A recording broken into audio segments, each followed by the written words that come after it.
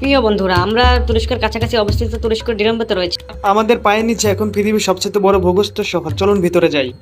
1960 দশকের শুরু একজন ব্যক্তি তার বাড়ি সংস্কার করেছিলেন। যখন তিনি দেওয়াল ভেঙে ফেললেন তখন এই শহরটি বেরিয়ে আসে। তারপর তিনি আলো নিয়ে অনুসন্ধান করতে শুরু করেন। অনুসন্ধানের সময় তিনি বুঝতে পেরেছিলেন যে ট্যালেন্টগুলো আরও অনেক বড়। তিনি জানতেন না যে এই জায়গাটি পৃথিবীর সবচেয়ে বড় ভূগর্ভস্থ শহর। এখানে আশ্রয় কেন্দ্র, এখানে কিছু সাজানো কক্ষ আছে, অবশ্যই এখানে রানিও ছিল, যেমন ঘোড়া রাখার ঘর, মিশনারি স্কুল, একটি গির্জা, একটি ঘর এবং একটি বড় কবর ঘর। তাহলে এখানে লোকরা কিভাবে শ্বাস নিত? এমন কিছু গর্ত রয়েছে যা শ্বাস প্রশ্বাস নেওয়ার জন্য এখানে বানানো হয়েছিল। বলা হয় যে এই ভূগর্ভস্থ শহরটির ভিতরে 30,000 মানুষ থাকতে পারে। এটা হলো এখানকার রান্না করার জায়গা। আপনি যে টুকতে দেখতে পাচ্ছেন তাহলে এখানকার তন্দুর। মনে হচ্ছে এটি ঐতিহ্যগত আনাতোলিয়ান মেজর চুল্লি। তারা তাদের রুটি এটা আটকে রাখতো এবং মাংস রান্না করত। একটি চিপনি ছিল যা দিয়ে ধোঁয়া বের হয়ে যেত। আপনি উপরে দেখতে পাচ্ছেন এখানে অনেক ধোঁয়ার দাগ রয়েছে। লোকচক্ষুর আড়ালে থাকার জন্য এখানকার লোকেরা রাতে খাবার তৈরি করত। প্রতিটা পরিবারের নিজস্ব রান্নাঘর ছিল না, তারা এই জায়গাটাই রান্না করতো সবাই। খ্রিস্টাব্দ 33-এর পর যখন যীশু খ্রিস্ট ইতিপূর্বেই তার ভবিষ্যৎবাণী করেছিলেন যে খ্রিস্টানরা তাদের নিরাপদ জায়গা খুঁজে পাবে না, তারা ঝুঁকির মধ্যে ছিল। দ্বিতীয় শতাব্দীতে এই খ্রিস্টানরা আন্তিওকিয়ার কাইসেরি এবং তারপরে এখানে এসে বসবাস করতে শুরু করে। কিন্তু অবশ্যই তারা জানতো কিভাবে মাটির নিচে গিয়ে শত্রুদের থেকে বেঁচে থাকা যায়। আপনি যে পাথরগুলো দেখছেন তা হলো আগ্নেয়গিরির গর্জন। কারণ যখন তারা বাতাসের সাথে মিশে যায় তখন এইরকম শক্ত পাথরও পরিণত হয়ে যায়। যাই হোক, আপনি যদি এই স্থানটি খনন করেন তাহলে আপনি দেখতে পাবেন যে দ্বিতীয় তৃতীয়টি এবং গভীর স্তরটি খুবই নরম। এই পাথরগুলো খনন করে তারা মাটির নিচে একটি গভীর শহর তৈরি করে। এটা তৈরি করা হয় 150 বা 160-এর দশক। যিশুর জন্মের অল্প সময় পর তাদের দাদাদের কেউ হয়তো অল্প সময় যীশু খ্রিস্টকে দেখেছিল। রোমান সমাজে মূর্তি পুজো ছিল এবং সেই সময় তারা চায়নি যে খ্রিস্টানরা এখানে থাকুক, এবং তারা খ্রিস্টানদের প্রতি বহুত নিষ্ঠুর ছিল। এই কারণে খ্রিস্টানরা মাটির নিচে এসে তাদের ধর্ম রক্ষা করেছিল। হয়তো এই খ্রিস্টানরা এখানে বেঁচে না থাকলে তাদের ধর্ম সারা বিশ্বে ছড়িয়ে পড়তে পারতো না। এই রহস্যজনক ভূগর্ভস্থ শহরটিতে মানুষের বেঁচে থাকার জন্য প্রয়োজনীয় সবকিছু রয়েছে এখানে। কিন্তু এর গভীরতর স্তরে কি আছে? জায়গাটা আসলে অনেক বড়। আসলে পৃথিবীতে অনেক ভূগর্ভস্থ শহর আছে যেগুলো মানুষকে লুকিয়ে থাকার জন্য সাহায্য করত। অনেকে বলে এই এলাকায় 150 বা 200টি ভূগর্ভস্থ শহর রয়েছে। এখানে আরও একটি ভূগর্ভস্থ শহর রয়েছে, কাইমাকলি ভূগর্ভস্থ শহর। আমরা ডেরুমগোতে রয়েছি। বলা হয় যে এই দুটি ভূগর্ভস্থ শহর একে অপরের সাথে যুক্ত। এটি 4.2 মাইল বা 7 কিলোমিটার প্রশস্ত টানেলটি একে অপরের সাথে সংযুক্ত স্থাপন করে, কাইমাকলির সাথে সংযুক্ত স্থাপন করে। এই ট্যালেন্টের মাধ্যমে ভূগর্ভস্থ শহরগুলো একে অপরের সাথে যোগাযোগ স্থাপন করে। আনাতোলীয় নিচের শহরগুলোর এক বিশাল নেটওয়ার্ক রয়েছে। আমরা অবশ্যই এমন জায়গায় যেতে চাই যেখানে সাধারণ পর্যটকরা সহজেই যেতে পারে না। আমরা যত বেশি জায়গা দেখেছি তত বেশি এই সম্পর্কে জেনেছি। এখানের তাপমাত্রা প্রায় 68 ডিগ্রি ফারেনহাইট বা 20 ডিগ্রি সেলসিয়াস। এখানে গ্রীষ্মকালে ঠান্ডা থাকে এবং শীতকালে বহুত উষ্ণ। একবার চিন্তা করে দেখুন, সেই সময় দ্বিতীয় বা তৃতীয় শতাব্দীতে এখানে মানুষ বসবাস করত। আমরা এখন ফ্ল্যাশ লাইট দিয়ে জায়গাটিকে আলোকিত করে দেখতে পাচ্ছি, কিন্তু তখনকার মানুষেরা মোমবাতি দিয়ে অন্ধকার দূর করত। তখনকার অবস্থা একবার কল্পনা করুন। ভয়ে প্রত্যেকটা মানুষের সময় দুশ্চিন্তায় কাটতো, আর আমরা এখানে সামান্য আবদ্ধতা অনুভব করছি। দেখি এটা আমাদের কোথায় নিয়ে যায়। আসুন এই জায়গাটা ভিডিও করি। এটা ছিল কাইমাকলিতে যাওয়ার জন্য 4.3 মাইল টানেলের রাস্তা। দেখুন, আমি আপনাদের এখন দেখাবো কেন এখানকার বাতাস পরিষ্কার। এটি 180 মিটার বা 55 ফুট বায়ু চলাচলের চিমনি, যেটি বাইরের জগতের সাথে সংযোগ স্থাপন করে। এটার নিচে একটি জলকূপ রয়েছে। যেহেতু এটি একটি অক্সিজেন উৎস ছিল প্রায়, তাই এটি প্রতিটি ঘরের দেওয়ালের চারপাশে তৈরি হয়েছিল।